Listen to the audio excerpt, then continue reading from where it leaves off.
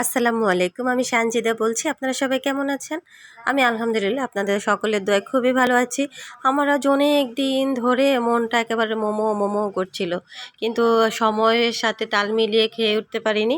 তার কারণ হচ্ছে বাসায় এটা তৈরি করে খাই। রেস্টুরেন্টে গেলে হচ্ছে এই ৪-৫ টা মোমোতে আমার একেবারেই মন ভরে না।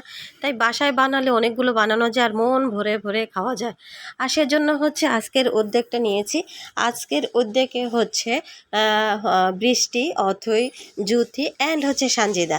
আমরা ৪ জন মিলে অনেক সময় লাগিয়ে তারপর হচ্ছে অনেক মজা, মজা করে অনেক সুন্দর করে অনেকগুলো মোমো বানিয়েছি। আর হচ্ছে আপনারা দেখেছেন মোমোটা খুব সুন্দর করে একটু কুসুম পানি দিয়ে এভাবে ময়ান করে নিতে হয়। অ্যান্ড হচ্ছে খুব সুন্দরভাবে পাতলা করে, বেশি পাতলাও না, একটু হালকা ভারী থাকবে যাতে হচ্ছে মোমোটা খেতে মজা লাগে। তো হচ্ছে এভাবে ছুরি দিয়ে কেটে শেপ করে নিয়েছি।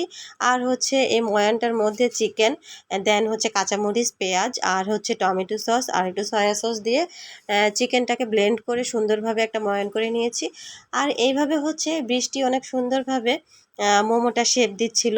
এভাবে মোমোটা শেপ দিয়ে অনেকগুলো মোমো এইভাবে একটা একটা করে তৈরি করেছি। বিভিন্ন ডিজাইনের মোমো তৈরি করেছি। আপনি যখন যেভাবে যেটা ভালো লাগে তখন সেই শেপ দিয়েই মোমোটা তৈরি করতে পারবেন। এটা হচ্ছে একেবারে সময়ের একটা ব্যাপার। আপনার ইচ্ছে হলে আপনি একেবারে ওই যে কী যেন বলে নারকেলের পুর দিয়ে একটা পিঠা বানায় না? কী যেন পিঠাটা গ্রামের কুলি পিঠা, রাইট, কুলি পিঠা। এই কুলি পিঠার মতো করেও শেপ দিয়ে করতে পারেন।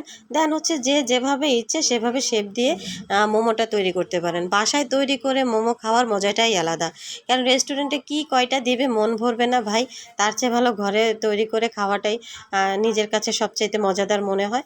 আর যারা মোমো তৈরি করতে পারেন তারা হচ্ছে রেস্টুরেন্টে গিয়ে শুধু, শুধু সময় নষ্ট করার কোনো দরকার নেই। দেখেছেন বিভিন্ন ডিজাইনে করেছে, গোলাপ ফুলও করা হয়েছে।